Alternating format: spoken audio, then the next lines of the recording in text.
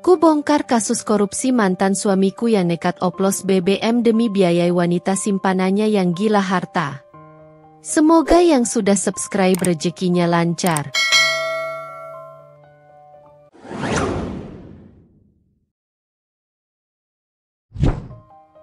Alia menatap langit senja dari balkon rumahnya yang luas. Angin sore membelai rambutnya yang tergerai. Dan dari kejauhan terdengar suara tawa anak-anaknya bermain di halaman belakang. Rumah megah itu berdiri kokoh di salah satu kawasan elit Jakarta, dengan pilar-pilar tinggi dan desain modern yang mencerminkan kesuksesan pemiliknya. Setiap sudutnya mencerminkan kemewahan, dari lampu kristal yang tergantung di ruang tamu, hingga sofa berlapis kulit asli yang didatangkan langsung dari Italia. Di dalam rumah itu, Alia menjalani peran sebagai seorang istri dan ibu. Ia wanita yang lembut, penuh kasih, dan selalu mengutamakan keluarganya di atas segalanya.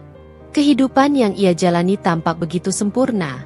Suami yang sukses, 2 anak yang sehat dan cerdas, serta segala fasilitas yang membuat hidupnya terasa tanpa kekurangan. Namun, di balik kemewahan itu, ada satu hal yang sering menusuk hatinya. Kesibukan Rangga. Lelaki itu semakin jarang ada di rumah.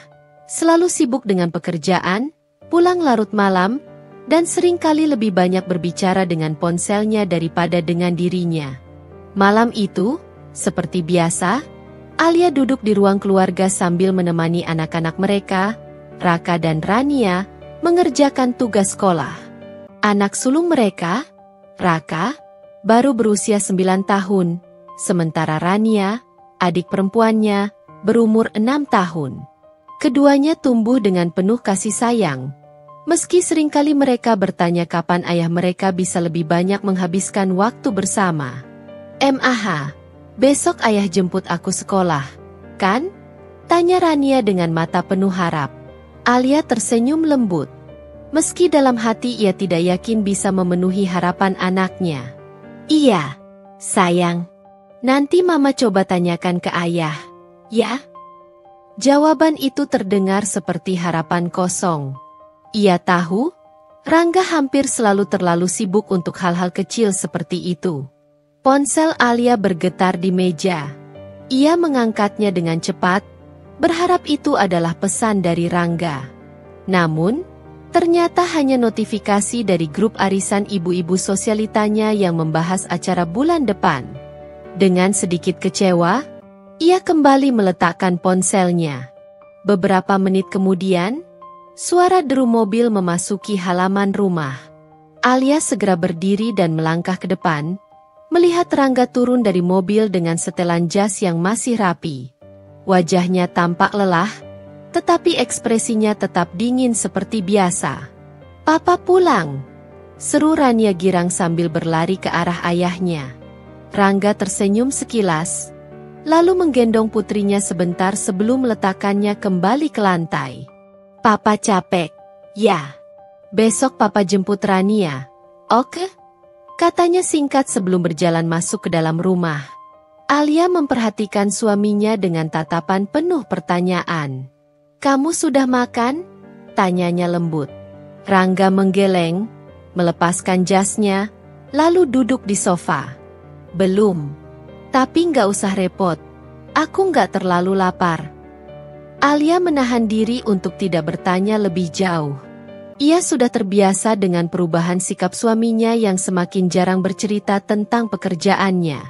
Dulu, Rangga selalu berbagi cerita tentang hari-harinya di kantor, tentang proyek-proyek besar yang sedang ia tangani. Sekarang, yang tersisa hanya jawaban singkat dan wajah yang seolah menyimpan banyak beban. Malam semakin larut. Setelah memastikan anak-anak sudah tidur, Alia kembali ke kamar utama mereka. Rangga sudah ada di sana, duduk di tepi tempat tidur sambil memainkan ponselnya. Alia melihat sekilas pantulan layar yang memperlihatkan sebuah pesan dari kontak bernama Nadia. Jantungnya berdegup lebih cepat. "Nadia? Siapa?" Ia tidak langsung bertanya. Sebagai istri, ia tidak ingin langsung menuduh tanpa bukti. tetapi firasatnya mengatakan bahwa ada sesuatu yang tidak benar. "Kamu sibuk banget akhir-akhir ini," kata Alia akhirnya, mencoba mencari celah untuk berbicara. Rangga mengangkat wajahnya sekilas. "Ya, banyak urusan di kantor. Proyek baru, meeting di luar kota. Kamu tahu sendiri bagaimana bisnis ini." Alia mengangguk pelan. Ia ingin percaya, tapi ada sesuatu dalam nada suara Rangga yang terasa jauh. Seperti ada tembok tak kasat mata yang mulai terbentuk di antara mereka. Saat Rangga akhirnya tidur lebih dulu, Alia tetap terjaga. Ia menatap langit-langit kamar mereka yang luas, memikirkan segala hal yang akhir-akhir ini terasa berbeda. Apakah hanya perasaannya saja? Atau memang ada sesuatu yang perlahan berubah di dalam rumah tangga mereka? Pagi itu, Alia duduk di meja makan bersama anak-anaknya. Biasanya, mereka sarapan bersama Rangga, tetapi pagi ini, seperti banyak pagi lainnya, Rangga sudah pergi sebelum matahari terbit. Piring sarapannya masih bersih, hanya secangkir kopi yang tersisa setengah. Alia menghela napas pelan. "Mah, ayah kok nggak pernah sarapan bareng kita lagi?" tanya Raka sambil mengaduk serealnya. Alia tersenyum lembut, mencoba menyembunyikan kegelisahannya. "Ayah sibuk, sayang. Ada banyak pekerjaan yang harus diselesaikan." Tapi di dalam hatinya, Alia mulai merasa ada sesuatu yang berbeda. Dulu, Rangga selalu menyempatkan diri untuk berkumpul di meja makan meski hanya sebentar. Kini, ia seperti hantu dalam rumahnya sendiri.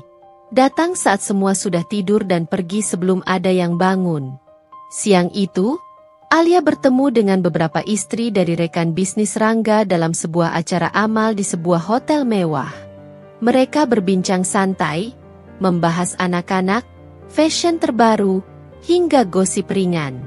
"Suamimu makin sukses ya, Alia," kata Dian, istri dari salah satu kolega Rangga.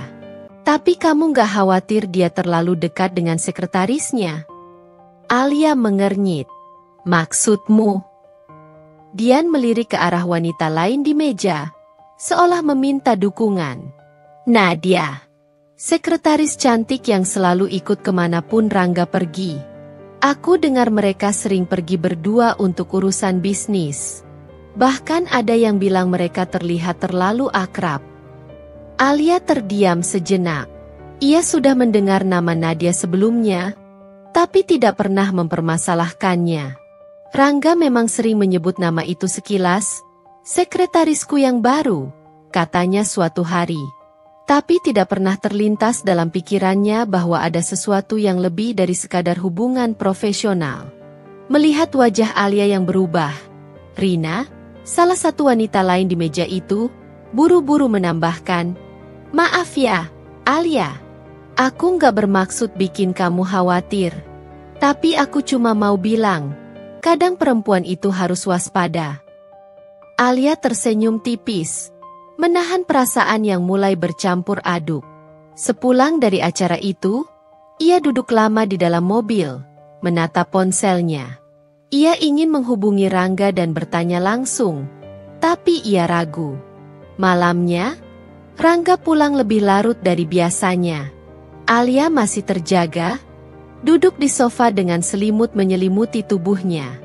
Begitu melihat suaminya masuk, ia mencoba berbicara. "Kamu sibuk banget akhir-akhir ini," katanya dengan suara hati-hati. Rangga melepaskan dasinya dan mengangguk tanpa melihat Alia. "Banyak proyek yang harus diurus. Aku capek banget." Alia menggigit bibirnya. "Aku dengar dari teman-teman, kamu sering pergi dengan Nadia." Rangga berhenti sejenak, lalu menoleh padanya. Tatapannya tajam. "Maksudmu?" "Mereka bilang kamu sering berduaan dengannya. Aku cuma ingin tahu, itu benar atau tidak?" Rangga mendengus pelan, lalu duduk di kursi seberang Alia. "Alia, dia sekretarisku. Wajar kalau kami sering bersama. Semua yang aku lakukan adalah untuk bisnis, bukan yang lain." Kamu nggak perlu percaya omongan orang. Alia ingin mempercayainya. Tapi ada sesuatu dalam nada suara Rangga yang terasa defensif. Seolah ada sesuatu yang ingin ia sembunyikan. Beberapa hari setelah percakapan itu, Alia semakin memperhatikan perubahan Rangga. Ia sering membawa ponselnya kemana-mana, bahkan ke kamar mandi. Ia mulai mengunci layar ponselnya, sesuatu yang tidak pernah ia lakukan sebelumnya. Setiap kali Alia masuk ruangan, Rangga buru-buru menutup aplikasi chat di ponselnya. Hingga suatu malam, saat Rangga tertidur lelap, Alia memberanikan diri untuk mengambil ponselnya yang tergeletak di atas nakas. Tangannya gemetar saat ia membuka layar. Tidak ada sidik jari atau pola yang bisa ia gunakan. Namun, saat ia mencoba menekan beberapa angka ulang tahun Raka dan Rania, layar ponsel tiba-tiba terbuka. Dengan hati-hati, Alia membuka aplikasi pesan. Dadanya berdebar saat melihat nama Nadia muncul di deretan percakapan teratas. "Sayang, besok jadi makan malam berdua." "Iya, aku bilang ke Alia ada rapat mendadak. Jangan banyak tanya, ya?" Alia menutup mulutnya dengan tangan, menahan isakan yang hampir keluar. Matanya terasa panas, dadanya sesak. Ini bukan sekadar dugaan lagi. Rangga telah berbohong padanya. Ia memandang wajah suaminya yang tertidur di sampingnya, seolah lelaki itu adalah orang asing yang baru saja ia kenal. Dadanya bergemuruh dengan berbagai emosi, marah, sedih, kecewa. Tapi yang paling menyakitkan adalah rasa pengkhianatan yang mencabik hatinya. Ia memejamkan mata, mencoba berpikir jernih. Ini belum waktunya untuk konfrontasi. Ia harus tahu lebih banyak sebelum ia bertindak. Malam itu, Alia tidak bisa tidur. Pikirannya dipenuhi dengan pertanyaan yang belum bisa ia jawab. Apa yang sebenarnya terjadi antara Rangga dan Nadia? Sejak kapan ini semua dimulai? Dan yang paling menyakitkan, apakah cinta Rangga padanya sudah benar-benar hilang? Alia duduk termenung di tepi ranjang, memandangi bayangan dirinya di cermin besar yang terpajang di dinding kamar. Wajahnya tampak letih, matanya sembab akibat kurang tidur. Beberapa bulan terakhir, hidupnya terasa seperti dipenuhi tanda tanya. Rangga semakin jauh. Bukan hanya secara fisik, tetapi juga secara emosional. Ia sering pulang larut malam dengan alasan pekerjaan.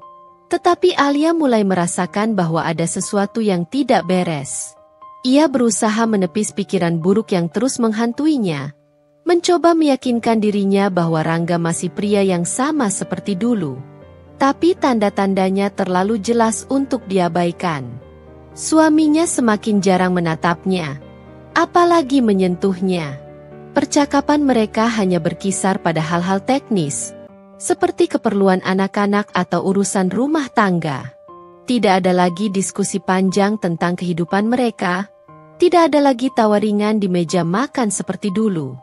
Lebih menyakitkan lagi, Alia mendengar rumor yang beredar di kalangan sosialita tentang Rangga dan sekretarisnya, Nadia.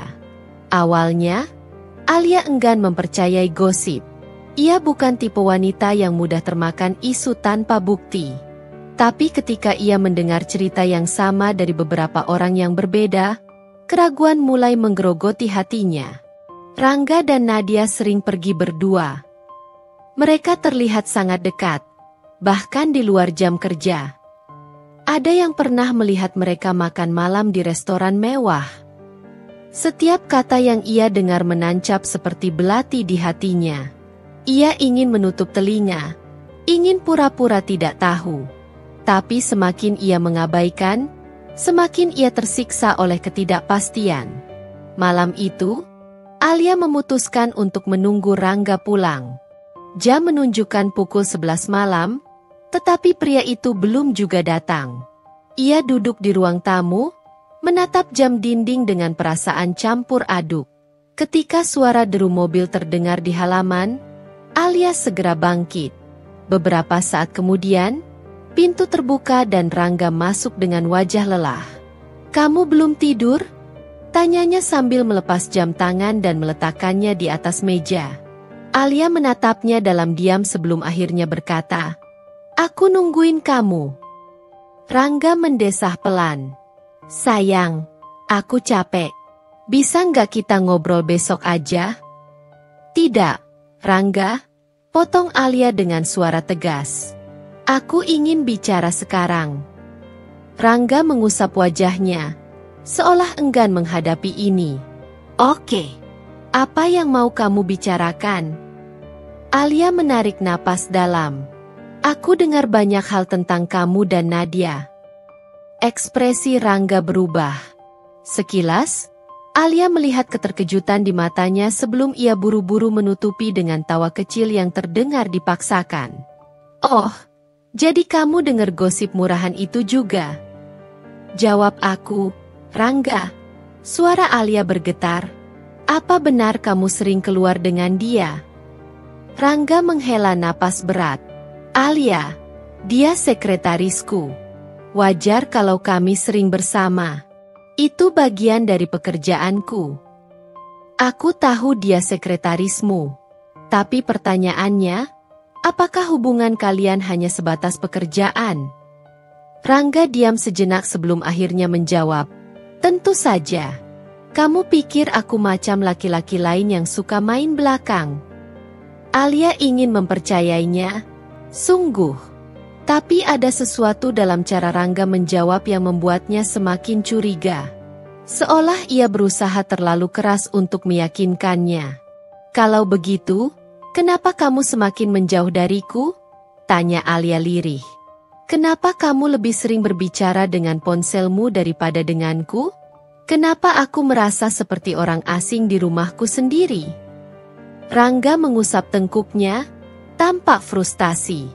"Alia, aku sudah bilang, ini semua karena pekerjaan. Aku benar-benar sibuk." "Sibuk dengan apa?" desak Alia. "Dengan perusahaan? Atau dengan Nadia?" Kali ini, Rangga tak langsung menjawab. Matanya menghindari tatapan Alia, dan itu sudah cukup menjadi jawaban bagi wanita itu. Tanpa berkata apa-apa lagi, Alia berbalik dan berjalan menuju kamar. Air mata yang sejak tadi ia tahan akhirnya jatuh juga. Di dalam hati, ia tahu sesuatu telah berubah. Ia hanya belum tahu seberapa dalam luka yang akan ia hadapi nantinya. Malam itu, setelah percakapan yang terasa menggantung dengan Rangga, Alia tak bisa tidur. Pikirannya terus berputar, memikirkan perubahan sikap suaminya, gosip yang beredar, dan pesan-pesan yang sempat ia lihat di ponsel Rangga sebelumnya. Semakin ia mencoba mengabaikan, semakin rasa curiga itu tumbuh. Ia menatap suaminya yang tidur di sebelahnya. Napasnya teratur, wajahnya tampak lelah, tapi ada sesuatu yang terasa berbeda. Dulu, ia selalu merasa tenang setiap kali melihat Rangga tidur di sisinya. Tapi sekarang ada kecemasan yang menggelayut dalam hatinya. Alia tahu ia tak bisa terus hidup dalam ketidakpastian. Ia harus mencari tahu sendiri. Mencari jejak. Keesokan harinya, setelah mengantar anak-anak ke sekolah, Alia duduk di ruang kerjanya dan mulai menyusun rencana. Ia mencoba mengingat semua hal kecil yang terasa janggal dalam beberapa bulan terakhir. Jadwal Rangga yang semakin tidak menentu, panggilan telepon yang tiba-tiba ia akhiri begitu Alia masuk ruangan, hingga parfum asing yang sesekali tercium di bajunya. Alia mulai dengan hal yang paling mudah, ponsel Rangga. Ia tahu bahwa suaminya semakin hati-hati, tapi ia juga tahu kebiasaannya. Setelah memastikan Rangga sedang di kamar mandi, Alia mengambil ponsel suaminya yang tergeletak di meja nakas. Layar terkunci.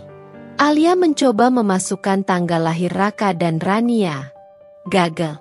Ia mencoba kombinasi ulang tahunnya sendiri. Gagal lagi.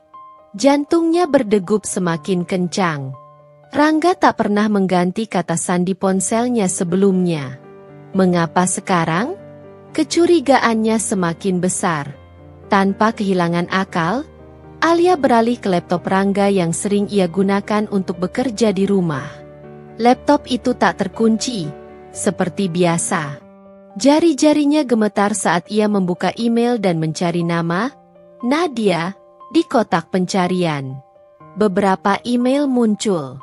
Kebanyakan berisi laporan kerja dan jadwal meeting.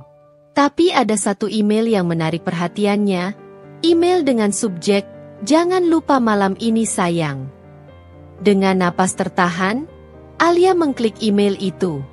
"Sayang, aku sudah reservasi di tempat biasa. Jangan telat, ya. Aku kangen." Nadia. Alia terdiam. Perutnya terasa mual. Tangannya mulai gemetar. Ini bukan sekadar curiga lagi. Ini bukti. Malam harinya, Alia mencoba bersikap biasa di depan anak-anak. Ia menyuapi Rania makan malam, berbincang ringan dengan Raka tentang sekolahnya, tapi pikirannya tidak pernah lepas dari email yang ia temukan.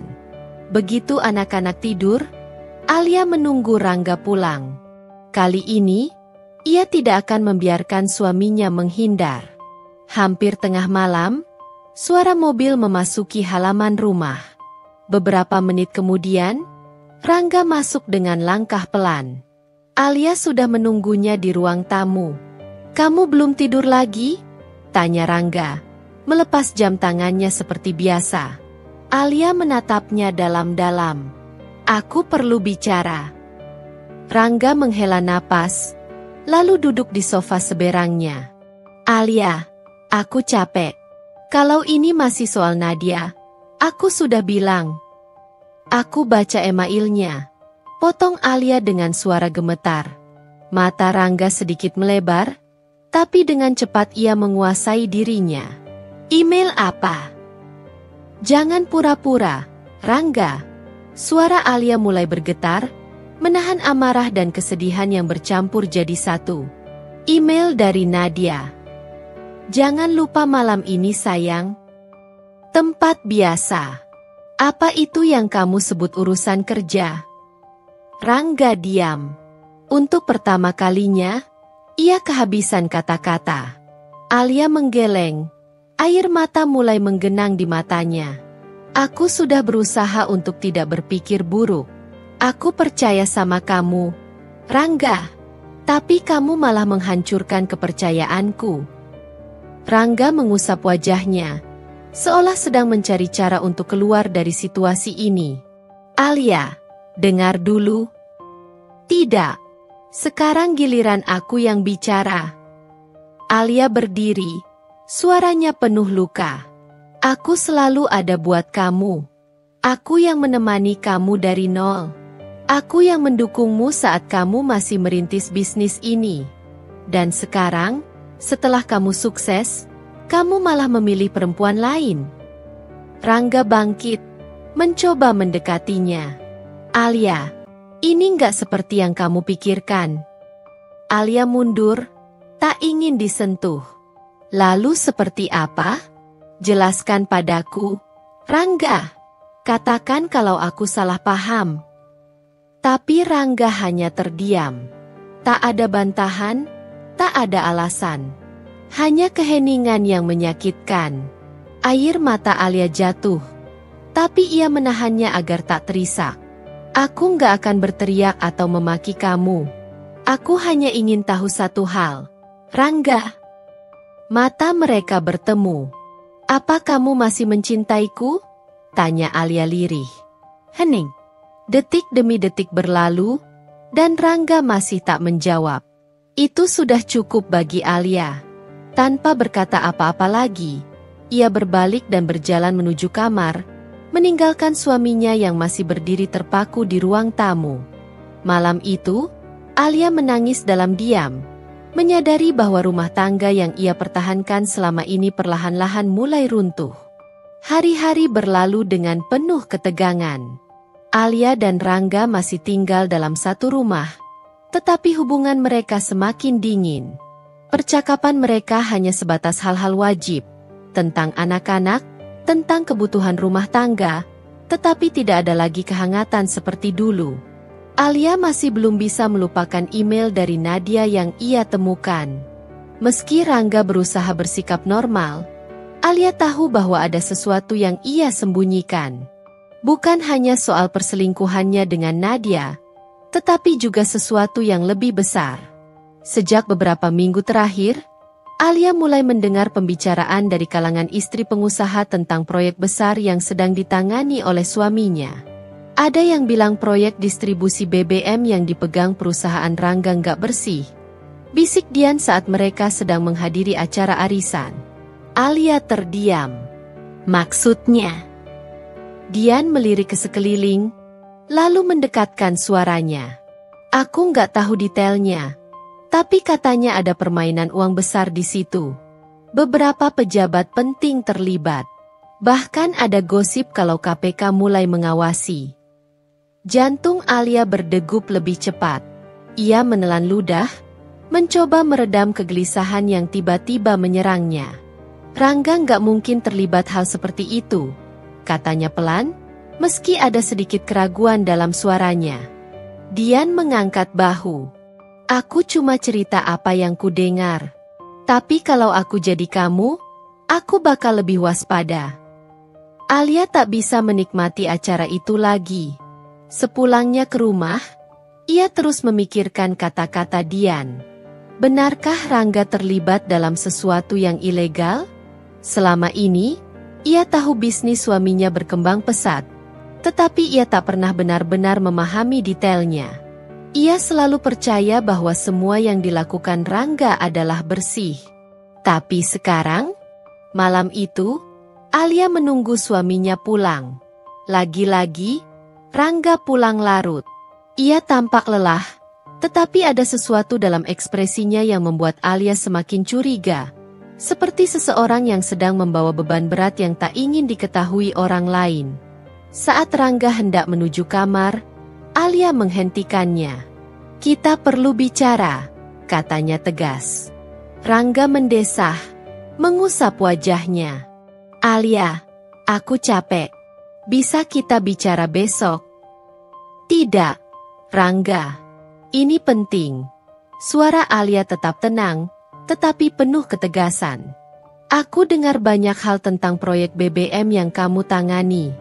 Katanya ada yang tidak beres. Apa itu benar? Rangga menegang seketika. Ia menatap Alia dengan ekspresi yang sulit diartikan. Siapa yang bilang begitu? Kenapa itu penting? Alia balik bertanya. Yang aku mau tahu, benarkah proyek itu ada masalah? Rangga menghela napas panjang, lalu berjalan ke sofa dan duduk. Ia memijat pelipisnya sebelum akhirnya menjawab, Alia, ini bisnis. Selalu ada gosip dan fitnah di luar sana. Orang-orang suka membesar-besarkan sesuatu. Itu jawabanmu? Alia menatapnya tajam. Kamu pikir aku akan percaya begitu saja? Rangga menatapnya balik, kali ini dengan sorot mata yang tajam. Aku tidak bisa menjelaskan semuanya. Alia, yang pasti, aku tahu apa yang aku lakukan. Tapi kenapa KPK mulai mengawasi proyek itu? Rangga terdiam sejenak sebelum menjawab. Itu prosedur biasa. Setiap proyek besar pasti diawasi. Jangan berpikir yang tidak-tidak. Alia ingin percaya, tetapi ada sesuatu dalam sikap Rangga yang membuatnya semakin ragu. Ia tidak sedang berusaha menjelaskan, ia hanya berusaha menutup-nutupi. Malam itu, Alia tidak bisa tidur. Ia mulai bertanya-tanya, siapa sebenarnya pria yang tidur di sampingnya? Apakah ia benar-benar mengenalnya? Mencari kebenaran. Sejak percakapan itu, Alia merasa semakin terasing dalam rumahnya sendiri. Rangga semakin jarang pulang, dan ketika pulang pun, ia lebih banyak diam. Ada kalanya ia terlihat gelisah, menerima telepon larut malam dan berbicara dengan suara pelan di sudut ruangan. Alia tahu ia tak bisa hanya berdiam diri. Ia mulai mencari tahu sendiri. Suatu hari, Ketika Rangga sedang mandi, Alia kembali mencoba mengakses laptop suaminya. Ia membuka folder-folder yang tampak mencurigakan dan akhirnya menemukan beberapa dokumen proyek. Beberapa angka terlihat tidak masuk akal, dan ada nama-nama yang ia kenali sebagai pejabat pemerintahan. Alia mungkin bukan seorang ahli dalam bisnis, tetapi ia cukup pintar untuk menyadari bahwa ada sesuatu yang tidak benar dalam dokumen-dokumen itu. Tangannya bergetar saat ia menutup laptop. Jantungnya berdetak lebih cepat. Rangga bukan hanya berselingkuh. Ia juga mungkin terlibat dalam sesuatu yang bisa menghancurkan bukan hanya dirinya, tetapi juga keluarganya. Kini, Alia dihadapkan pada pilihan yang sulit. Haruskah ia terus diam, berpura-pura tidak tahu demi menjaga keharmonisan keluarga mereka? Ataukah ia harus mencari tahu lebih dalam, meski itu berarti membuka kebenaran yang bisa menghancurkan segalanya?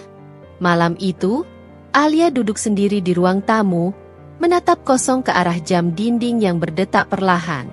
Ia sadar, hidupnya tak akan pernah sama lagi. Alia, kamu harus dengar aku baik-baik. Ini bukan sekadar gosip murahan. Suara Dina terdengar serius melalui telepon. Apa maksudmu? Alia mengernyit, menahan napas. Aku punya kenalan yang bekerja di salah satu perusahaan yang terlibat dalam proyek BBM itu. Katanya, ada sesuatu yang janggal dengan angka-angka dalam kontrak distribusi. Beberapa dana mengalir ke rekening yang gak seharusnya. Alia menggenggam ponselnya erat. Maksudmu, Rangga terlibat? Dina terdiam sejenak. Aku nggak bilang begitu. Tapi nama perusahaan Rangga ada di dalam laporan yang mulai ditelusuri KPK. Itu berarti setidaknya ada sesuatu yang perlu dia jelaskan ke kamu. Alia merasakan dadanya sesak. Rangga nggak mungkin melakukan itu. Dina, kalau kamu yakin, buktikan, balas Dina cepat. Tapi jangan menunggu sampai semuanya terlambat. Kamu tahu kan, kalau KPK turun tangan, itu berarti ini bukan masalah kecil. Alia terdiam. Aku cuma nggak mau kamu terseret. Alia, lanjut Dina. Kalau ada sesuatu yang salah, kamu harus tahu dari sekarang. Jangan sampai nanti kamu nggak siap menghadapi kenyataan. Setelah menutup telepon, Alia terduduk lemas. Kepalanya terasa berat. Malam itu, ia duduk di meja makan sendirian. Anak-anak sudah tidur, dan Rangga belum pulang. Pikirannya kembali ke dokumen-dokumen mencurigakan yang sempat ia lihat di laptop Rangga. Angka-angka yang tidak wajar, nama-nama pejabat, transaksi dalam jumlah besar yang ia sendiri tak mengerti tujuannya. Alia mengeluarkan ponselnya dan membuka galeri. Sejak beberapa hari lalu, ia mulai memotret beberapa file di laptop Rangga diam-diam. Sekilas, data-data itu terlihat seperti laporan keuangan biasa, tetapi ada catatan transfer yang seharusnya tidak berada di dalam transaksi perusahaan legal.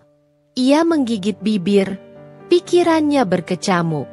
Beberapa jam kemudian, suara mobil memasuki halaman. Alia tetap di tempatnya, menunggu. Rangga masuk dengan wajah lelah, melepaskan dasi, dan langsung menuju meja makan. Belum tidur? Alia menatapnya dalam diam. Aku ada sesuatu yang mau kutanyakan, katanya akhirnya. Rangga membuka kulkas, mengambil air mineral, lalu meneguknya cepat. Tentang apa? Dina bilang dia dengar rumor tentang proyek BBM yang kamu tangani. Alia berkata dengan hati-hati. Dan KPK sudah mulai menelusuri. Rangga berhenti menuang air. Matanya bertemu dengan Alia. Kamu percaya rumor itu? Tanyanya dengan nada datar. Aku cuma mau tahu kebenarannya. Rangga meletakkan botol di meja, lalu duduk. Alia, bisnis energi itu kompleks. Banyak perusahaan besar terlibat, ada kepentingan politik juga. Kadang orang di luar nggak ngerti mekanismenya. Jadi mereka gampang menyimpulkan sesuatu tanpa bukti. Kalau memang gak ada masalah, kenapa KPK turun tangan? Alia, dengar. Rangga menghela napas panjang, menatapnya lekat. Aku nggak bisa jelaskan semuanya. Ada hal-hal yang memang harus tetap rahasia dalam bisnis ini. Tapi satu hal yang bisa kupastikan, aku nggak melakukan apa yang mereka tuduhkan. Alia menggigit bibirnya. Lalu kenapa aku menemukan dokumen-dokumen aneh di laptopmu? Wajah Rangga mengeras. Kamu menggeledah laptopku? Aku hanya ingin tahu, Rangga. Suara Alia sedikit meninggi. Aku istrimu. Kenapa aku harus mencari tahu sendiri? Bukannya kamu yang menjelaskan dari awal? Rangga mendesah berat, lalu bersandar ke kursi. Alia, percayalah, aku tahu apa yang kulakukan. Tapi aku nggak tahu, Rangga. Suara Alia melemah, dan itu yang membuatku takut. Rangga terdiam. Alia menatapnya, berharap ada jawaban, berharap ada kejujuran. Tapi yang ia lihat hanyalah bayangan seorang pria yang semakin jauh darinya. Alia duduk di depan laptopnya. Cahaya layar menjadi satu-satunya penerangan di ruang kerja kecil yang jarang ia gunakan. Tangannya gemetar saat membuka kembali folder yang ia temukan di laptop Rangga beberapa hari lalu. Ia menarik napas dalam, mencoba mengendalikan ketegangan yang menguasainya. Di dalam folder itu, ada beberapa dokumen keuangan yang tidak biasa. Transaksi dalam jumlah besar dengan keterangan samar. Beberapa di antaranya hanya ditandai dengan singkatan-singkatan yang tidak ia mengerti. Sementara yang lain mencantumkan nama perusahaan asing yang belum pernah ia dengar sebelumnya. Alia menggeser kursor ke salah satu dokumen, membukanya. Rekening penerima, nama dirahasiakan. Jumlah transfer, 2.750.000.000 rupiah. Deskripsi, distribusi tambahan sektor proyek A. Alia mengernyit. Ini bukan angka kecil. Siapa penerimanya? Dan proyek A itu apa? Ia terus membuka dokumen lain, menemukan pola yang sama. Sejumlah besar uang ditransfer ke berbagai rekening yang tampaknya tidak terkait langsung dengan bisnis utama Rangga. Semakin ia membaca, semakin jelas bahwa ini bukan sekadar transaksi bisnis biasa. Matanya tertumbuk pada satu nama dalam salah satu laporan, PT Mitra Energi Sentosa. Ia mencoba mengingat, merasa familiar dengan nama itu. Lalu, ia teringat sesuatu. Beberapa bulan lalu, dalam sebuah acara gala dinner bersama istri-istri pengusaha, ia pernah mendengar seseorang menyebut perusahaan itu dengan nada meragukan. Perusahaan itu seperti hantu. Namanya ada di banyak proyek, tapi tidak ada yang benar-benar tahu siapa di belakangnya. Alia menggigit bibirnya, jantungnya berdebar semakin kencang. Ia mengambil ponselnya, mencari nama perusahaan itu di internet. Beberapa artikel muncul, tetapi hampir semuanya adalah rilis pers dan berita bisnis biasa.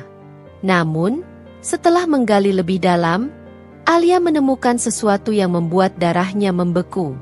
Sebuah berita dari beberapa tahun lalu menyebutkan bahwa PT Mitra Energi Sentosa pernah dikaitkan dengan skandal korupsi di sektor energi, meskipun tidak ada bukti yang cukup untuk menjeratnya saat itu. Alia menatap layar ponselnya, perasaan tidak nyaman menjalar ke seluruh tubuhnya. Bisa jadi Rangga hanya bekerja sama dengan perusahaan itu tanpa tahu latar belakangnya. Tapi, bagaimana jika tidak? Bagaimana jika suaminya benar-benar terlibat dalam sesuatu yang lebih gelap dari yang ia bayangkan? Pikirannya berkecamuk. Ia harus mencari tahu lebih banyak. Ia menutup laptopnya dengan cepat, menyimpan salinan dokumen-dokumen itu ke flash drive yang ia sembunyikan di dalam laci meja riasnya. Jika suatu saat terjadi sesuatu, ia harus punya bukti. Alia duduk di sofa ruang tengah, matanya terpaku pada layar televisi. Saluran berita malam itu menampilkan breaking news dengan tajuk besar. Dugaan korupsi distribusi BBM dan BBM oplosan. KPK mulai menyelidiki sejumlah perusahaan energi. Jantungnya berdegup kencang saat ia membaca tulisan berjalan di bagian bawah layar. Beberapa perusahaan diduga menerima dana dari proyek distribusi BBM dengan skema yang tidak transparan. KPK telah mulai mengumpulkan bukti dan kemungkinan akan memanggil pihak-pihak terkait untuk diperiksa dalam waktu dekat. Kemudian, reporter di layar menyebutkan satu nama yang membuat darah Alia berdesir.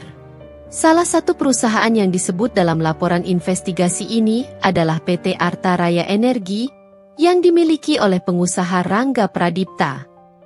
Napas Alia tertahan. Tangannya mencengkeram lengan sofa. Tubuhnya menegang seketika. Nama suaminya disebut secara langsung di televisi. Ini bukan lagi sekadar gosip atau rumor yang ia dengar dari istri-istri rekan bisnis. Ini nyata. Matanya langsung mencari ponsel yang tergeletak di meja. Dengan tangan gemetar, ia mengetik pesan untuk Rangga. Alia, kamu lihat berita di TV? Apa yang sebenarnya terjadi? Tak ada balasan. Ia mencoba menelepon. 1 kali, 2 kali. Tidak diangkat. Rangga tidak pernah sulit dihubungi sebelumnya. Bahkan jika ia sibuk, ia selalu membalas dengan singkat. Tapi kali ini, ia benar-benar menghindarinya. Alia bangkit dari sofa, mondar-mandir di ruang tamu dengan perasaan tak menentu. Setelah beberapa menit, ia mendengar suara mobil memasuki halaman. Dengan cepat, ia berlari ke pintu, membukanya sebelum Rangga sempat turun dari mobil. Rangga terlihat lelah. Ia mengenakan kemeja yang sedikit kusut, dasinya sudah dilepas, dan ekspresinya tampak penuh beban. Ia menutup pintu mobil dengan cepat dan berjalan menuju rumah tanpa menatap Alia. Rangga! Alia memanggilnya. Suaranya penuh emosi. Rangga berjalan melewatinya begitu saja. Jawab aku, Rangga, apa yang dikatakan berita tadi benar? Rangga berhenti sejenak di depan pintu, tetapi tidak menoleh. Aku capek. Alia, kita bicara besok. Alia melangkah maju, mencengkeram lengannya. Jangan menghindar. Suaranya bergetar. Nama perusahaanmu disebut di berita. KPK sedang menyelidiki. Kenapa kamu tidak mengatakan apa-apa padaku? Rangga menarik napas panjang, lalu dengan lembut melepaskan genggaman Alia dari lengannya. Aku nggak bisa bicara sekarang. Lalu kapan? Alia hampir berteriak. Ketika semuanya sudah terlambat, ketika KPK sudah mengetuk pintu rumah kita. Rangga akhirnya menoleh, dan tatapannya tajam. Aku tahu bagaimana mengurus ini. Alia, jangan ikut campur. Alia terhenyak. Jangan ikut campur? Ulangnya dengan suara bergetar. Aku istrimu, Rangga. Aku berhak tahu apa yang sedang terjadi. Aku berhak tahu apakah ayah dari anak-anakku akan ditangkap karena korupsi. Rangga mengepalkan tangannya. Rahangnya mengeras. Aku tidak akan ditangkap. Tapi kamu memang terlibat. Rangga tidak menjawab. Tatapannya tetap pada Alia. Tapi mulutnya tetap tertutup rapat. Alia menahan napas. Ia tahu suaminya cukup pintar dalam berbicara. Jika Rangga tidak mengatakan tidak, maka itu berarti iya. Air mata mulai menggenang di matanya. Apa yang sudah kamu lakukan, Rangga? Suaranya melemah. Kenapa kamu membiarkan ini terjadi? Rangga melirik ke sekeliling, memastikan tidak ada yang mendengar, lalu menunduk mendekatkan wajahnya ke arah Alia. Dengar baik-baik, katanya dengan nada rendah. Aku tidak bisa menjelaskan semuanya sekarang. Tapi aku mohon, jangan membuat ini lebih sulit. Alia terisak pelan. Apa kamu sadar ini bisa menghancurkan kita? Keluarga kita? Rangga menutup matanya sejenak, lalu berbalik dan melangkah masuk ke dalam rumah tanpa berkata apa-apa lagi. Alia berdiri diam di depan pintu, merasakan dunianya mulai runtuh. Teriakan keras menggema di seluruh rumah. Suara langkah kaki yang tergesa-gesa, bentakan petugas, dan tangisan anak-anak bercampur menjadi satu. Alia berdiri di tengah ruang tamu, tubuhnya membeku saat melihat beberapa pria berbaju batik KPK memasuki rumah mereka dengan tegas. Beberapa di antaranya membawa map dan berkas-berkas, sementara yang lain langsung menuju ke arah Rangga yang baru saja turun dari tangga dengan wajah terkejut.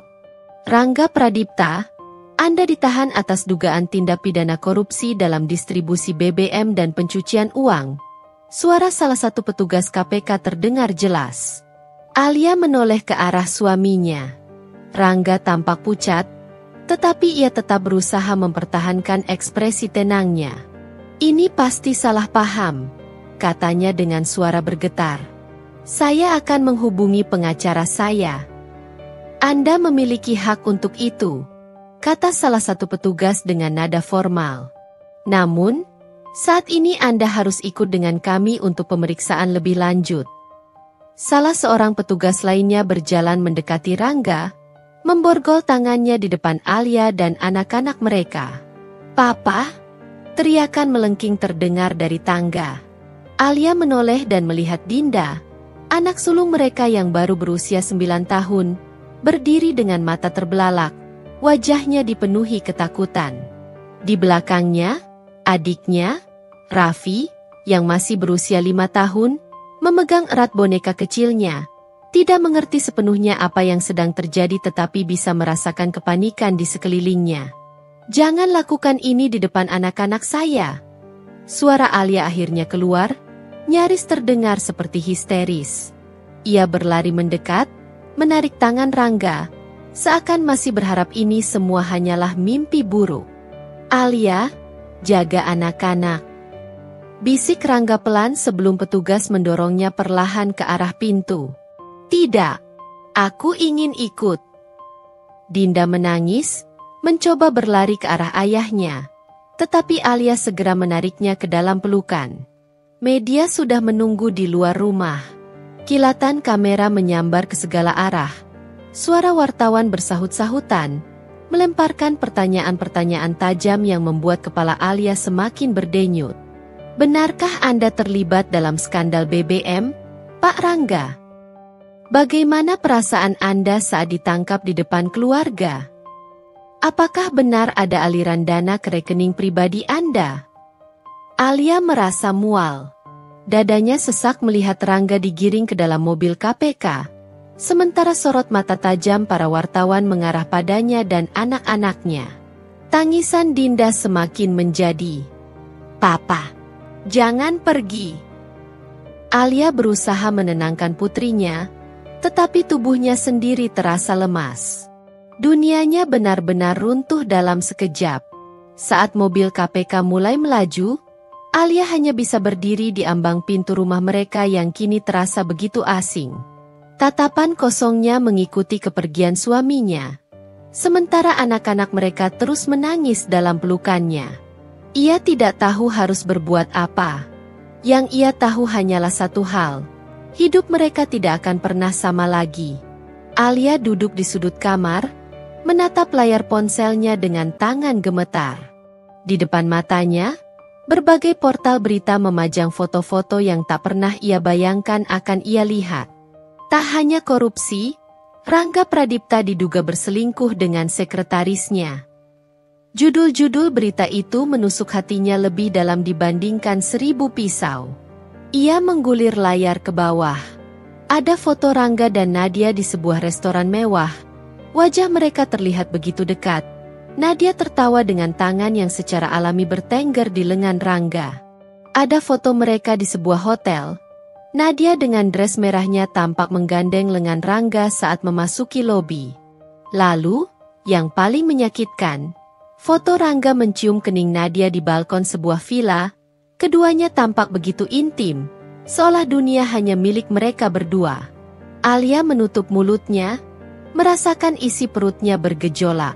Dadanya sesak, tangannya mencengkeram sprei tempat tidur. Ia ingin berteriak, ingin memecahkan sesuatu, ingin berlari keluar rumah dan menghapus semua ini. Tapi tak ada yang bisa ia lakukan. Ponselnya bergetar. Dina menelepon. Alia mengabaikannya. Ia tidak ingin mendengar rasa kasihan siapapun saat ini. Saat ia menoleh ke cermin di sudut kamar, ia melihat pantulan dirinya sendiri. Seorang wanita yang terlihat begitu lelah, hancur, dan kehilangan segalanya dalam satu malam. Suaminya korupsi. Suaminya selingkuh. Suaminya menipunya, bukan hanya sebagai istri, tapi juga sebagai wanita yang selalu percaya dan mendukungnya. Di luar kamar, suara Dinda dan Raffi terdengar sayup-sayup. Mereka pasti masih bertanya-tanya kemana ayah mereka pergi. Bagaimana mungkin Alia bisa menjelaskan semua ini kepada mereka? Ponselnya kembali bergetar. Kali ini sebuah pesan masuk. Dina, Alia, aku tahu kamu sudah lihat berita. Aku di luar rumahmu sekarang. Tolong buka pintunya. Alia menarik napas panjang. Ia bangkit dengan kaki yang terasa lemas, berjalan ke arah pintu kamar dengan langkah gontai. Saat membuka pintu utama, ia melihat Dina berdiri di depan rumah dengan wajah cemas. Begitu melihat Alia, Dina langsung meraih tangannya. Ya Tuhan, Alia? Alia menahan napasnya. Ia ingin bicara, ingin mengatakan sesuatu, tapi yang keluar dari mulutnya hanyalah isakan tertahan. Dina langsung menariknya ke dalam pelukan. Menangislah kalau kamu mau. Aku di sini. Alia akhirnya melepaskan semua yang ia tahan. Ia menangis dalam diam di bahu sahabatnya, membiarkan air mata mengalir tanpa henti. Karena untuk pertama kalinya dalam hidupnya, ia merasa benar-benar sendirian. Alia menatap layar ponselnya dengan mata nanar. Notifikasi terus berdatangan, komentar di media sosial, pesan dari nomor tak dikenal, berita baru yang terus bermunculan. Istri koruptor pura-pura nggak tahu? Mana mungkin nggak menikmati hasil korupsi suaminya? Biarin aja Rangga masuk penjara, pasti istrinya juga sama busuknya. Kalau jadi istri yang baik, suaminya nggak akan selingkuh. Tangannya gemetar saat membaca komentar-komentar itu. Hatinya sudah cukup hancur karena pengkhianatan Rangga. Tetapi sekarang ia juga harus menghadapi cibiran dari orang-orang yang bahkan tidak mengenalnya. Ia meletakkan ponsel di meja dengan kasar. Napasnya berat. Dadanya terasa penuh dengan amarah yang selama ini ia pendam. Semua orang dengan mudah menuduhnya tanpa tahu apa yang sebenarnya ia alami. Apakah selama ini ia menikmati uang haram seperti yang mereka katakan? Ia tidak pernah tahu dari mana uang itu berasal. Yang ia tahu hanyalah bahwa Rangga bekerja keras, pulang larut malam, dan sering menghadiri rapat-rapat bisnis yang ia sendiri tidak mengerti detailnya. Ia juga tidak pernah berpikir suaminya akan berselingkuh dengan Nadia. Rasa sakit di dadanya semakin menusuk saat mengingat wajah perempuan itu. Wanita yang selalu tampil anggun di kantor suaminya, yang sering tersenyum ramah seolah tak ada niat tersembunyi. Sekarang Alia merasa bodoh karena pernah berpikir Nadia hanyalah seorang sekretaris biasa. Suara tangisan terdengar dari kamar anak-anak. Alia mengusap wajahnya, mengatur napas sebelum berjalan ke kamar mereka. Dinda duduk di tepi tempat tidurnya dengan mata sembab. Mama, kapan papa pulang? Alia menggigit bibirnya, menahan air mata yang hampir jatuh lagi. Papa sedang ada urusan, sayang, jawabnya pelan. Urusan apa? Kenapa di sekolah teman-teman bilang papa masuk penjara? Alia tercekat. Ia ingin menghindari pertanyaan ini, tetapi ia tahu cepat atau lambat anak-anaknya akan mengetahuinya. Raffi yang masih kecil ikut mendekat, menggenggam tangan Alia. Mama, aku kangen papa. Alia menarik kedua anaknya ke dalam pelukan. Mama juga kangen, bisiknya. Setelah menidurkan mereka, Alia kembali ke kamarnya.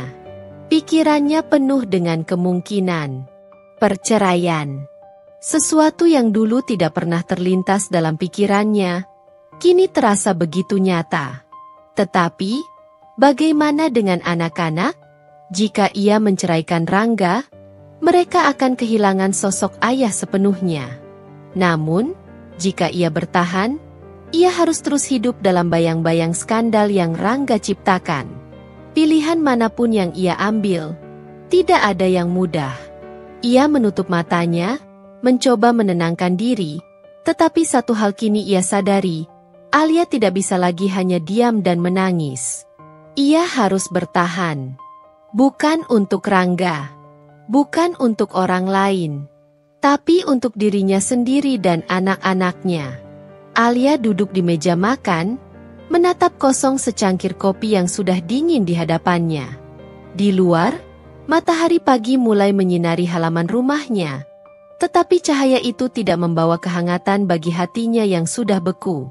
Sejak Rangga ditangkap, kehidupannya berubah drastis.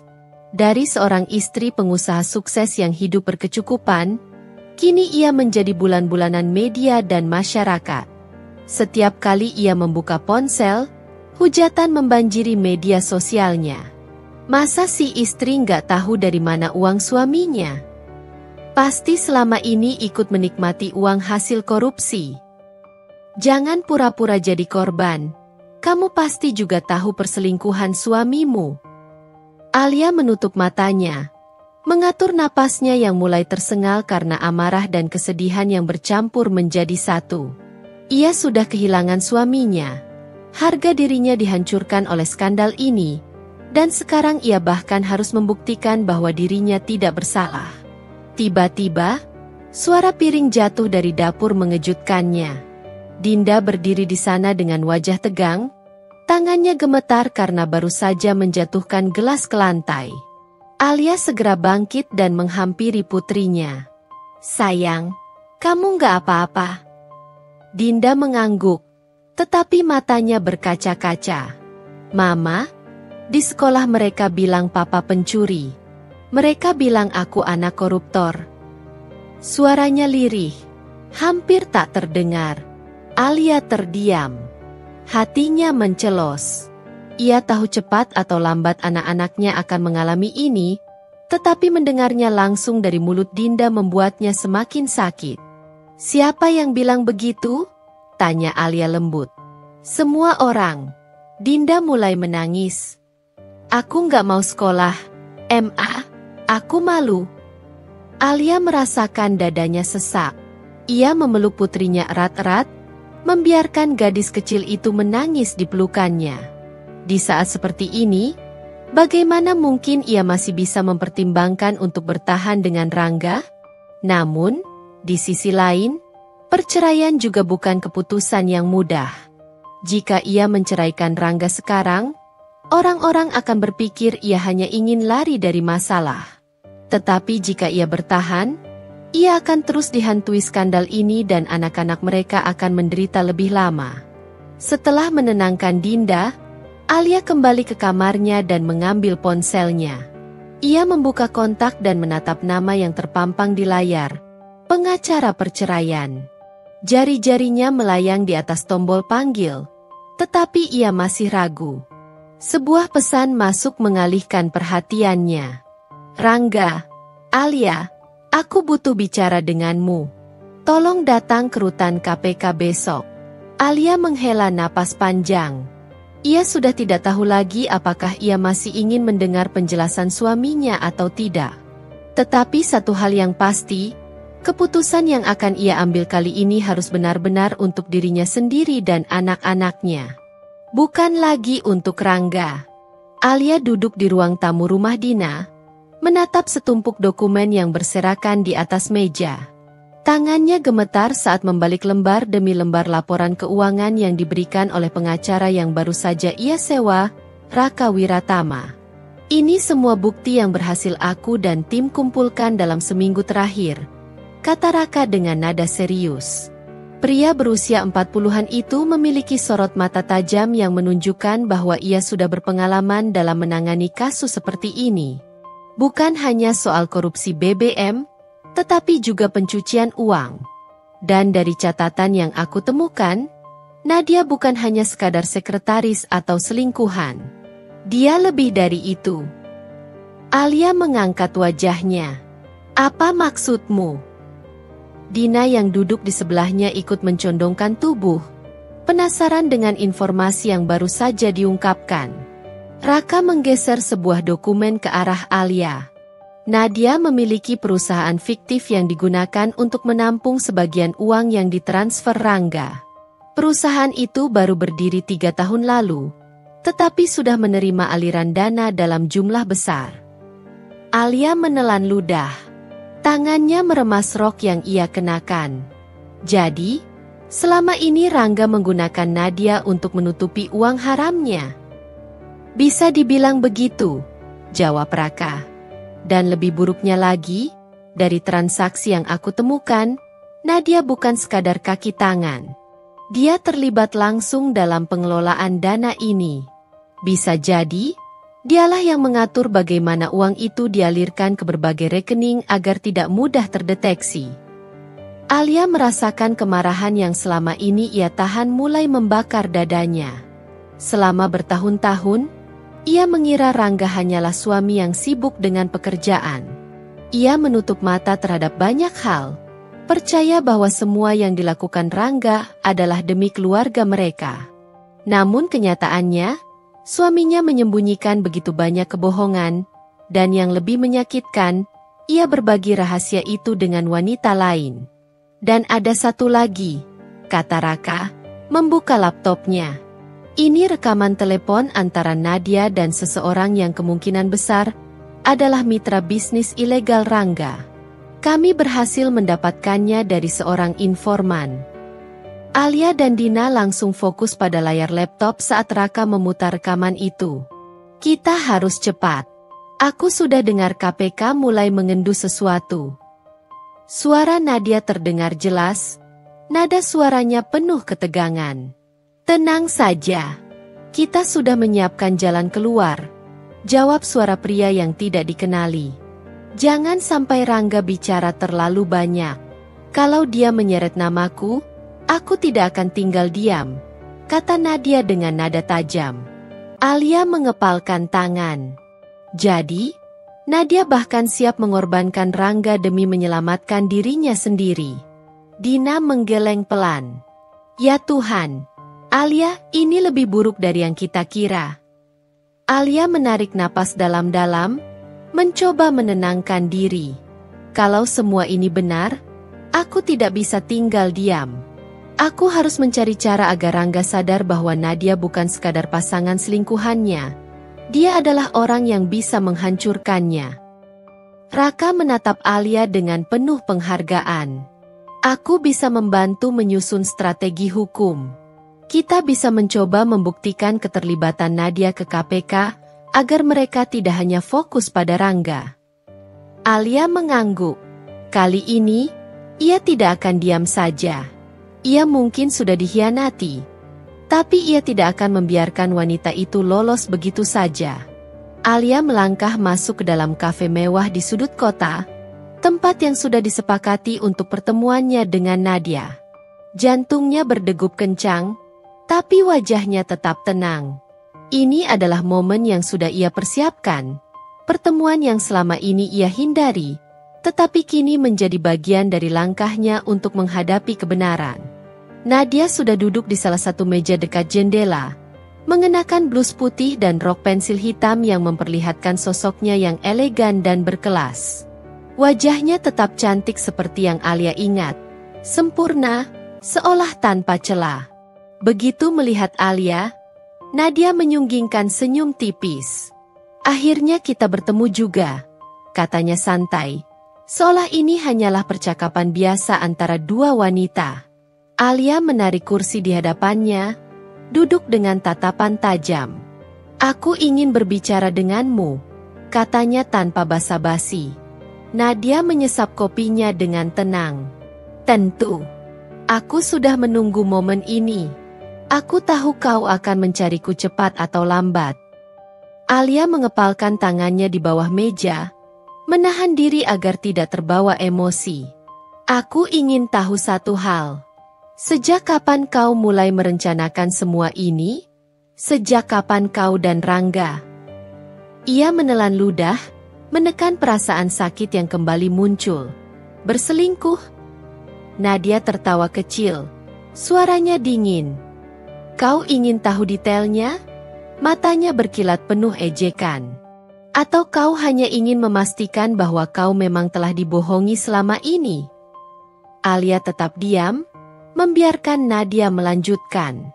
Kau terlalu polos, Alia. Kau pikir suami sibuk bekerja dan pulang larut malam itu hanya karena pekerjaan? Kau pikir semua perjalanan dinasnya benar-benar tentang bisnis? Nadia menyandarkan tubuhnya ke kursi, menatap Alia dengan rasa puas. Aku sudah ada dalam hidup Rangga jauh sebelum kau menyadarinya. Alia merasakan dadanya terbakar. Ia menutup matanya sesaat, mencoba menenangkan diri. Jadi kau memang sengaja masuk dalam hidupnya untuk memanfaatkannya? Nadia mengangkat alis. Aku tidak memanfaatkannya. Aku dan Rangga saling membutuhkan. Dia butuh seseorang yang bisa mengatur banyak hal di belakang layar.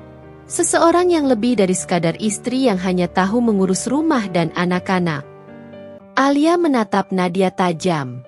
Kau tidak hanya menjadi selingkuhannya, tapi kau juga bagian dari bisnis kotornya. Nadia tersenyum miring. Kau cepat belajar. Alia menghela napas, menatap Nadia dengan perasaan yang bercampur antara jijik dan iba. Apa kau tahu sekarang Rangga sedang ditahan? Apa kau sadar dia bisa kehilangan segalanya? Dan kau masih duduk di sini, seolah tak terjadi apa-apa. Nadia mengangkat bahu acuh tak acuh. Itu bukan urusanku. Rangga yang membuat kesalahannya sendiri. Aku hanya menjalankan peranku. Kali ini, Alia tidak bisa menahan tawanya. Tawa getir yang penuh dengan rasa muak. Kau bahkan tidak peduli, ya? Dia mungkin saja menghancurkan hidupnya sendiri karena mempercayaimu. Nadia menyipitkan matanya. Dan kau masih peduli padanya? Alia terdiam sejenak, lalu menggeleng. Tidak, aku hanya merasa kasihan. Dia terlalu bodoh untuk mempercayaimu. Nadia tersenyum sinis. Kau tahu, Alia? Aku pikir kau akan menangis dan memohon padaku untuk meninggalkan Rangga. Ternyata, kau lebih kuat dari yang aku kira. Tapi sayang, kau masih terlalu naif. Alia berdiri dari kursinya, merapikan tasnya. Mungkin aku memang naif dulu. Tapi sekarang aku tahu siapa yang sebenarnya menghancurkan rumah tanggaku. Dan percayalah, Nadia, kau tidak akan lolos begitu saja. Nadia menyandarkan dirinya ke kursi, tetap dengan ekspresi santainya. Kita lihat saja, Alia. Kita lihat siapa yang bertahan sampai akhir. Alia tidak menunggu lebih lama. Ia melangkah keluar dari kafe dengan hati yang masih diliputi kemarahan. Tapi ada satu hal yang pasti, ini belum selesai. Alia duduk di meja kerjanya yang sederhana di sudut ruang tamu. Di hadapannya, beberapa catatan bisnis kecil yang baru ia mulai berserakan. Malam ini ia begadang, bukan untuk menangisi nasibnya, tapi untuk mencari jalan keluar. Sejak Rangga ditahan, semua rekening yang berhubungan dengannya diblokir oleh pihak berwenang. Itu termasuk tabungan rumah tangga mereka. Harta benda yang dulu terasa berlimpah kini tak lebih dari sekadar kenangan. Mobil mewah di garasi telah disita, bahkan rumah yang mereka tempati sedang dalam proses penyitaan. Alia tahu, ia tidak bisa terus-menerus berharap semuanya akan membaik dengan sendirinya. Ia harus bertindak, demi dirinya dan terutama demi anak-anaknya. Dina, yang selalu setia mendampinginya sejak awal, menatapnya dengan khawatir. Alia, Kau sudah tidur? Tanyanya pelan. Alia tersenyum kecil. Nanti saja. Masih banyak yang harus kupikirkan. Dina menghela napas, lalu menarik kursi dan duduk di samping Alia. Jadi, apa rencanamu? Alia menghela napas panjang.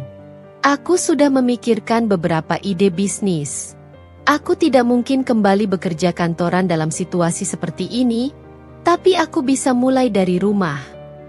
Dina mengangguk, memberi isyarat agar Alia melanjutkan. Aku suka memasak. Dulu, sebelum hidupku dipenuhi dengan urusan Rangga, aku sering membuat kue untuk anak-anak. Aku berpikir untuk mencoba bisnis catering kecil-kecilan. Aku tahu ini tidak akan langsung sukses, tapi aku harus mulai dari sesuatu, jelas Alia. Dina tersenyum. Itu ide yang bagus. Kau punya bakat. Dan dengan jaringan pertemanan yang masih kau miliki, aku yakin ada banyak orang yang mau mencoba. Alia mengangguk. Aku juga berpikir untuk menjual makanan siap saji.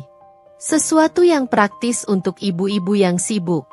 Mungkin makanan beku, atau menu sehat untuk anak-anak. Dina menepuk bahu Alia dengan bangga. Kau lebih kuat dari yang kau kira.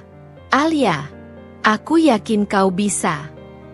Beberapa minggu kemudian, dapur Alia berubah menjadi tempat produksi kecil-kecilan. Dengan modal seadanya, ia mulai membuat aneka kue dan makanan sehat untuk dipasarkan. Awalnya, ia hanya menjual ke tetangga dan teman-teman dekat. Namun, berkat bantuan media sosial, pesanannya mulai bertambah. Alia bekerja tanpa lelah. Pagi-pagi ia sudah mulai memasak, siang mengurus anak-anak, malam merancang strategi pemasaran. Dina sering datang membantu, begitu juga beberapa teman lama yang masih peduli dengannya. Suatu hari, Alia menerima pesanan dalam jumlah besar dari seorang pengusaha yang tertarik dengan produknya.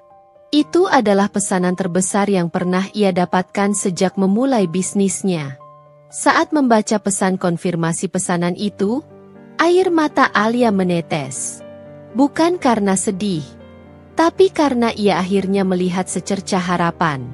Ia tidak lagi hanya menjadi istri seorang pengusaha sukses. Tidak lagi menjadi korban dari skandal suaminya. Ia adalah Alia, seorang ibu, pejuang, dan wanita yang bisa berdiri di atas kakinya sendiri. Alia duduk di barisan pengunjung ruang sidang, jemarinya saling meremas di atas pangkuan. Ruangan besar itu dipenuhi wartawan, pengacara, serta para pejabat yang mengikuti jalannya persidangan. Sorot lampu kamera berkedip-kedip, menangkap setiap momen penting dalam kasus yang menjadi sorotan nasional ini. Di bangku terdakwa, Rangga duduk dengan jas yang kini tampak longgar di tubuhnya. Wajahnya terlihat lebih tirus, matanya lelah, dan sorot karismatik yang dulu memikat banyak orang kini meredup. Di sampingnya, pengacaranya berbicara pelan, memberi arahan tentang apa yang harus dilakukan. Ketika hakim memasuki ruangan dan mengetukkan palunya, suasana mendadak hening. Sidang dimulai. Jaksa berdiri, membuka dokumen dan mulai membacakan tuduhan terhadap Rangga. Terdakwa Rangga Adiwijaya diduga telah melakukan tindak pidana korupsi dalam distribusi BBM dengan nilai kerugian negara mencapai ratusan miliar rupiah. Selain itu, terdakwa juga diduga melakukan tindak pencucian uang melalui beberapa rekening fiktif, termasuk yang terafiliasi dengan Nadia Rahardian. Alia mengeratkan genggamannya. Nama itu disebut lagi. Jaksa kemudian melanjutkan dengan memaparkan bukti-bukti, termasuk dokumen transaksi keuangan yang menunjukkan aliran dana mencurigakan ke rekening pribadi Nadia dan perusahaan-perusahaan yang dikendalikan oleh Rangga. Ketika rekaman percakapan antara Rangga dan Nadia diputar sebagai bukti di persidangan, seluruh ruangan terdiam. Suara Nadia terdengar jelas, penuh kepanikan, menyuruh Rangga untuk segera menutup jalur keuangan mereka sebelum KPK semakin dalam menyelidiki kasus ini. Rangga menunduk, ekspresi wajahnya sulit terbaca. Alia merasa dadanya sesak. Ini adalah kenyataan yang tidak bisa lagi ia sangkal. Suaminya bukan hanya berselingkuh, tapi juga terlibat dalam sesuatu yang jauh lebih kotor daripada yang ia bayangkan. Sidang berlanjut dengan pemanggilan saksi. Ketika Nadia dipanggil ke kursi saksi, Alia menatapnya dengan dingin. Wanita itu masih terlihat angkuh, mengenakan kemeja putih rapi dan blazer mahal, seolah-olah ia masih memegang kendali atas segalanya. Jaksa mulai mencecarnya dengan pertanyaan. Saudari Nadia, apakah Anda mengetahui bahwa rekening perusahaan yang Anda kelola menerima aliran dana dari proyek ilegal terdakwa? Nadia tersenyum tipis. Saya hanya menjalankan tugas saya sebagai sekretaris eksekutif. Semua keputusan keuangan dibuat oleh Pak Rangga. Saya hanya mengikuti instruksi. Alia mengepalkan tangan di pangkuannya. Wanita itu mencoba cuci tangan. Tapi dalam rekaman ini, terdengar jelas bahwa Anda aktif memberikan arahan kepada terdakwa mengenai bagaimana menyembunyikan dana, kata jaksa sambil memutar ulang bagian rekaman yang membuktikan Nadia ikut mengatur jalur pencucian uang. Ekspresi Nadia berubah. Ia tampak sedikit tegang, tapi tetap berusaha terlihat tenang. Rangga, yang sejak tadi lebih banyak diam, akhirnya mengangkat wajahnya dan menatap Nadia. Ada sesuatu di sorot matanya yang sulit diterjemahkan. Kemarahan, penyesalan, atau mungkin kesadaran bahwa ia telah dimanfaatkan. Ketika giliran Rangga berbicara, suaranya terdengar berat. Saya mengakui bahwa saya melakukan kesalahan dalam pengelolaan proyek ini. Saya tidak akan membantah kesalahan saya. Tapi saya juga ingin menyampaikan bahwa saya tidak melakukan ini sendirian. Ruangan kembali gaduh. Alia menahan napas. Apakah Rangga akhirnya akan menyeret Nadia ke dalam kasus ini? Nadia menoleh, wajahnya sedikit pucat. Apa maksudmu, Rangga? Rangga menatap langsung ke mata wanita itu. Kau tahu apa maksudku, Nadia? Kau tidak hanya membantuku menyembunyikan uang itu. Kau juga yang mengusulkan banyak cara untuk mencuci uangnya. Aku tahu aku bersalah, tapi jangan berpura-pura seolah kau hanya korban. Nadia mencengkram sisi kursinya. Jaksa tersenyum kecil. Jadi, Anda mengonfirmasi bahwa saudari Nadia juga memiliki peran dalam skema ini? Rangga menarik napas panjang. Iya. Suasana sidang berubah semakin panas. Wartawan mulai sibuk mengetik berita di laptop mereka. Kamera menyorot wajah Nadia yang kini kehilangan ketenangannya. Alia menyaksikan semuanya dengan perasaan campur aduk. Ia tidak lagi peduli dengan nasib Rangga. Itu adalah konsekuensi dari perbuatannya sendiri. Tapi ada kepuasan tersendiri melihat bahwa Nadia akhirnya tidak bisa lari dari kesalahannya. Untuk pertama kalinya sejak semua ini terjadi, Alia merasa keadilan mulai ditegakkan. Sidang terus berlanjut dengan ketegangan yang semakin meningkat. Rangga dan Nadia saling lempar tuduhan, masing-masing mencoba menyelamatkan diri dari hukuman yang lebih berat. Jaksa semakin tajam dalam pertanyaannya, sementara hakim terus mengawasi jalannya persidangan dengan sorot mata tajam. Alia duduk di barisan pengunjung, tubuhnya terasa kaku. Sejak awal, ia hanya ingin mencari kebenaran. Tapi sekarang, kebenaran itu terpampang jelas di hadapannya, dan rasanya jauh lebih menyakitkan dari yang ia bayangkan. Ketika akhirnya persidangan ditutup untuk hari itu, Alia keluar dari ruang sidang dengan langkah berat. Dina menemaninya, memberikan dukungan tanpa perlu berkata banyak. Beberapa wartawan mencoba mendekat, melontarkan pertanyaan tajam tentang perasaannya melihat Rangga di kursi terdakwa. Alia hanya diam, tak ingin memberi komentar. Di dalam mobil, Alia menatap keluar jendela, pikirannya penuh dengan pertanyaan yang terus berputar. Haruskah ia tetap bertahan? Haruskah ia memberi kesempatan kedua? Atau haruskah ia pergi dan meninggalkan semuanya? Malam itu, Alia duduk di ruang tamunya yang kini jauh lebih sepi. Rumah yang dulu penuh dengan kemewahan dan kebahagiaan kini terasa dingin dan hampa. Anak-anaknya sudah tidur, tak mengerti sepenuhnya apa yang terjadi.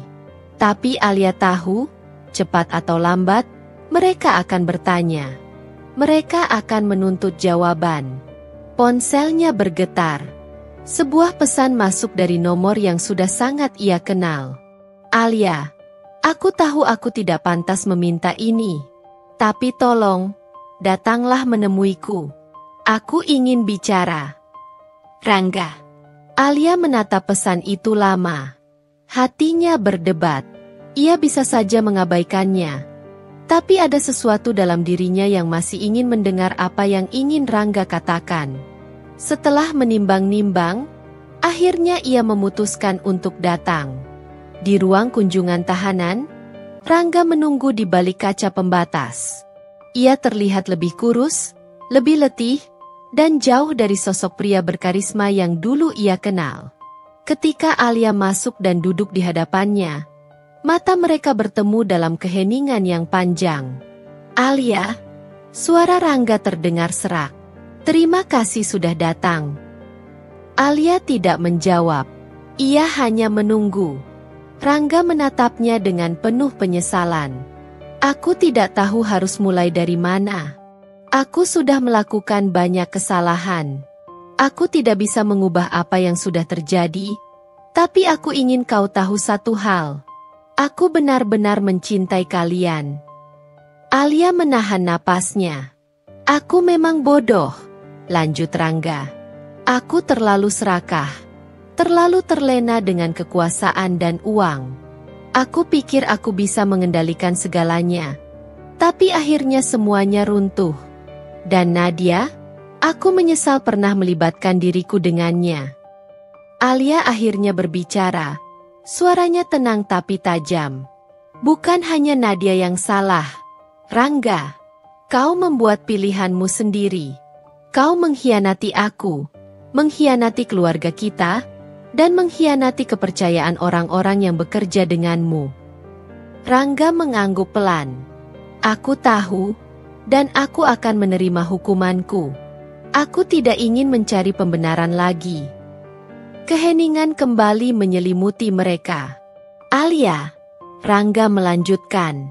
Aku tidak akan meminta maaf dengan harapan kau menerimaku kembali. Aku hanya ingin kau tahu bahwa aku menyesal. Aku ingin kau dan anak-anak tetap baik-baik saja. Aku ingin kau bahagia, meskipun itu berarti tanpaku di sisimu. Mata Alia memanas.